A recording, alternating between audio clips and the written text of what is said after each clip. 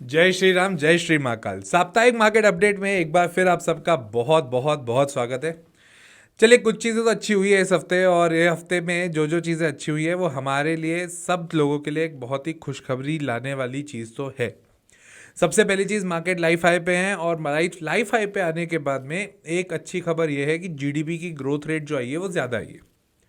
आप लोगों ने अगर अलग अलग चैनल्स पे किसी चीज़ के ऊपर, जीडीपी के ऊपर बात देखी होगी, तो बहुत जगह कैलकुलेशन के ऊपर भी बहुत ज़्यादा लोगों का क्वेश्चन आ रहा है।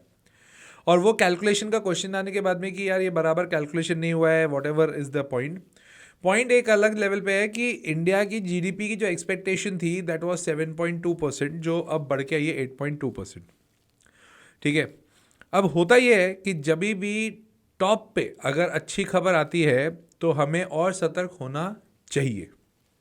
कैसे?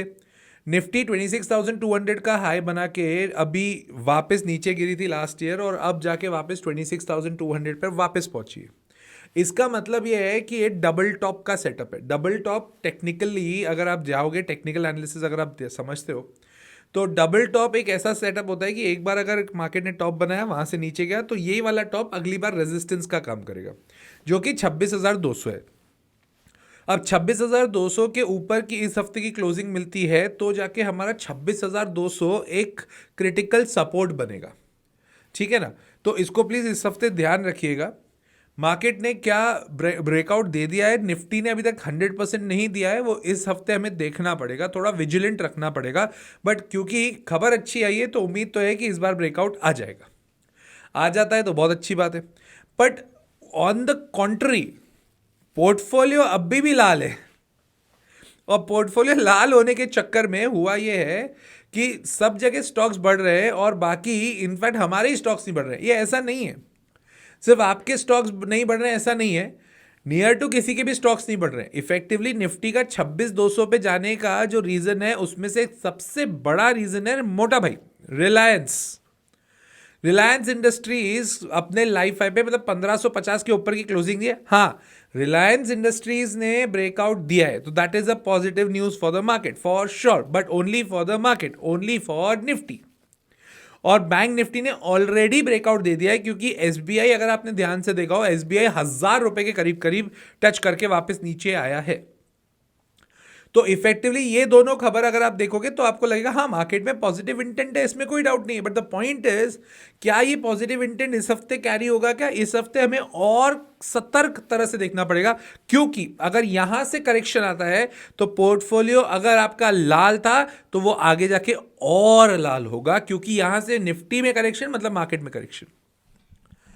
तो इस चीज को ध्यान रखिएगा। ये हफ्ता आप लोगों के लिए बहुत क्रिटिकल रहेगा। इनफैक्ट जितने भी लोग हैं जो पोर्टफोलियो पे हैं, सबके लिए it is gonna be a critical week for sure. ठीक है। दूसरी चीज, अगर आप मेरे को काफी टाइम से फॉलो कर रहे हो ना, तो जनवरी, फरवरी, मार्च, इन 3 महीनों में मैंने बैक टू बैक आरबीआई से रिलेटेड कुछ वीडियोस डाले थे।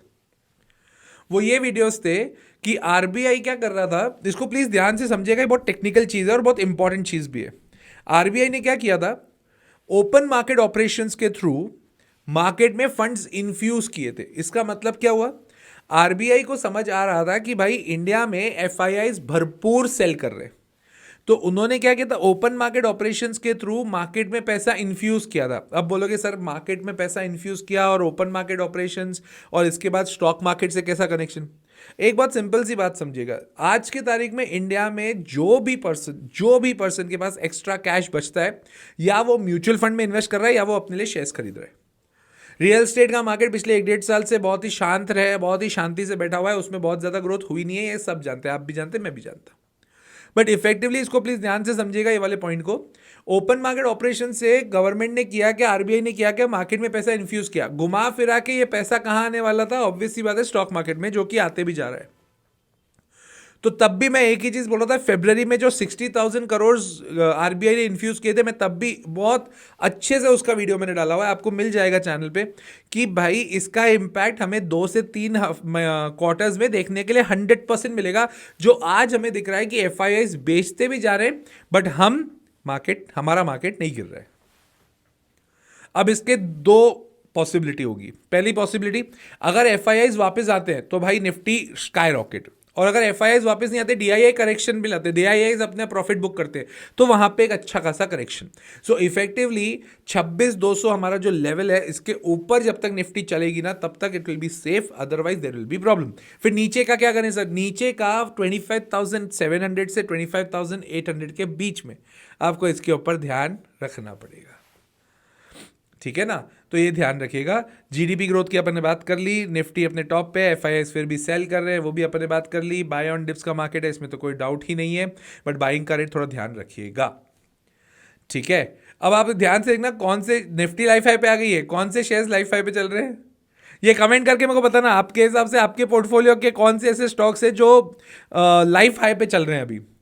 रिलायंस के अलावा और एसबीआई के अलावा, इन दोनों के अलावा मेरे को बताना हो कौन से शेयर्स है आपके जो निफ्टी तो आपको लाइफ हाई पे दिख रही है, बट तुम्हारे शेयर्स में भी कोई ऐसी कंपनी है जो लाइफ हाई पे चल रही है, ठीक है?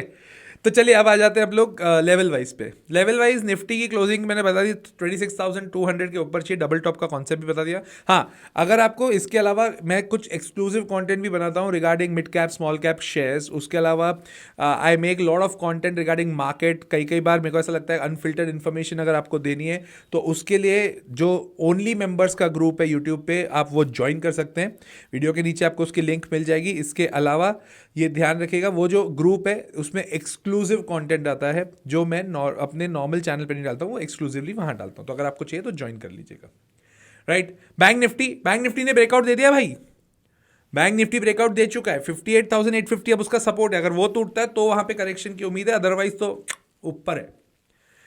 रिलायंस 1550 के ऊपर है जब तक, तब तक बहुत अच्छी बात है, बढ़िया है, कोई दिक्कत की बात नहीं है। एसबीआई, अब एसबीआई को एक बार अगर 1000 के ऊपर एसबीआई चलेगा ना भाई, बैंक निफ्टी तांडव मचा सकती है। उसके अलावा एचडीएफसी उधर ही अटका हुआ है। एचडीएफसी पिछले 10 हफ्तों से 1020 को ब्रेक नहीं कर पा रहा है, ठीक है ना? थोड़ा ध्यान रखिएगा। टीसीएस 2900 का सपोर्ट बन गया टीसीएस में। इन्फोसिस जब तक 1600 के ऊपर नहीं जाएगा तब तक और आगे भागने की उम्मीद कम है। टाटा पावर उधर ही रेंज चल रहा है 370 से लेकर 420 के बीच में। एनबीसीसी भाई साहब, जिन्होंने एनबीसीसी में पैसा कमाया है ना, जो लोग साप्ताहिक मार्केट अपडेट रेगुलर देख रहे हैं, भाई बधाई हो, 20-25% का रिटर्न तो मिल रहा है। जहां पे आपके पोर्टफोलियो लाल चल रहे हैं वहां पे 25% का रिटर्न तो आ गया है एनबीसीसी में। एक बार अब 120 को क्रॉस कर देना चाहिए, एक बार 120 क्रॉस कर गया ना मजा आएगा, ठीक है? इसके अलावा एनएमडीसी अब थोड़ा नीचे आते हुए आ रहा है, बार बार थोड़ा नीचे आ रहा है, 70 रुपीज उसका स्टॉप लॉस है, ध्यान रखिएगा। एनएचपीसी भी नीचे आया है, 70 रुपीज उसका भी स्टॉप लॉस है। जियो फाइनेंशियल्स, पूरा मार्केट अपनी जगह चल रहा है, जियो फाइनेंशियल्स बढ़ नहीं रहा, 290 उसका सपोर्ट है, ध्यान रखिएगा। एनटीपीसी 320 का सपोर्ट है। जोमैटो 190 का सपोर्ट है। थोड़ा ध्यान रख के चलना पड़ेगा, हर चीज के अंदर हम नहीं घुस पाएंगे कि एक एक चीज के हम खरीदते जाए। वारी एनर्जीज 3000 का सपोर्ट है, कोई दिक्कत नहीं है, लॉन्ग टर्म का व्यू है तो कोई दूर दूर तक दिक्कत नहीं है। इसके अलावा ओला प्लीज अवॉइड, 10 हफ्ते 15 हफ्ते हो गए अवॉइड करवाते हुए, बोलते बोलते अवॉइड, स्टिल अवॉइड, मत दिमाग लगाओ। बीएससी जब तक 3000 के ऊपर नहीं जाता तब तक फ्रेश तेजी नहीं आएगी। एनटीपीसी ग्रीन अभी अवॉइड कर दो, ठीक है ना? थोड़ा ध्यान रखना, एनटीपीसी ग्रीन वही थोड़ा उसका लेवल थोड़ा गड़बड़ हो रहा है। Next let's come to Amar Akbar Anthony. IREDA 140, PFC 350 and RECB 350। But है ना, इसके अंदर अगर कोई फ्रेश एंट्री सोच अभी मत करना, वो गिरता हुआ चाकू है, थोड़ी गड़बड़ है। अगर निफ्टी करेक्ट होती है यहाँ से तो ये बहुत तेजी से करेक्ट होंगे। देखो एक मैकेनिज्म समझाता हूँ मैं आप लोगों को, मैकेनिज्म समझना इसको प्लीज। अभी जब मार्केट लाइफ हाई पे था, ठीक है, लाइफ हाई पे चल रहा था, तो कोई पर्टिकुलर सेगमेंट उसको लाइफ हाई पे लेके गया, ठीक है। अब उसके बाद में ऐसे कुछ शेयर्स थे, ऐसे कोई सेगमेंट थे, सेक्टर्स थे जो इतने ऊपर नहीं गए, वो नीचे ही गिर रहे हैं।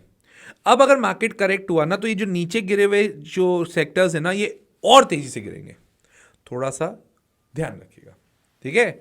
इसके अलावा डिफेंस पे आ जाएं, जीआरएसी 3000 के ऊपर जाएगा तो ही अब वो तेज होगा, क्योंकि एक ध्यान रखिएगा जीआरएसी में ना पिछले हफ्ते एक रेड कैंडल बनी थी, वीकली कैंडल पे रेड कैंडल बनी थी, और उसके बाद अब बन गई है डोजी।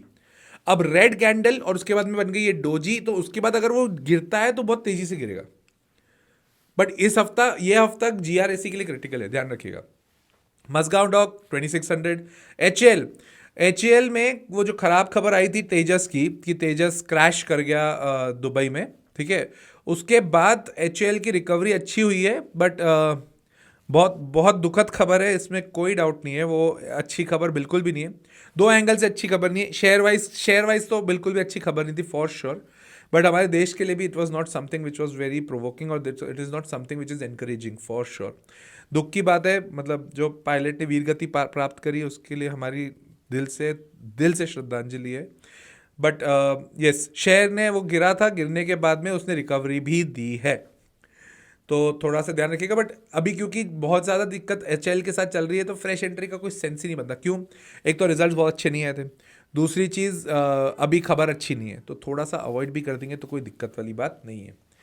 भारत डायनामिक्स 1400 का सपोर्ट है, जो फाइनल सपोर्ट है। उसके अलावा बीईएल, अब देखो बीईएल के लिए मैं पिछले 10-12 हफ्ते हो गए, 12 हफ्ते से बोल रहा हूँ कि बीईएल को क्रॉस करना है 436।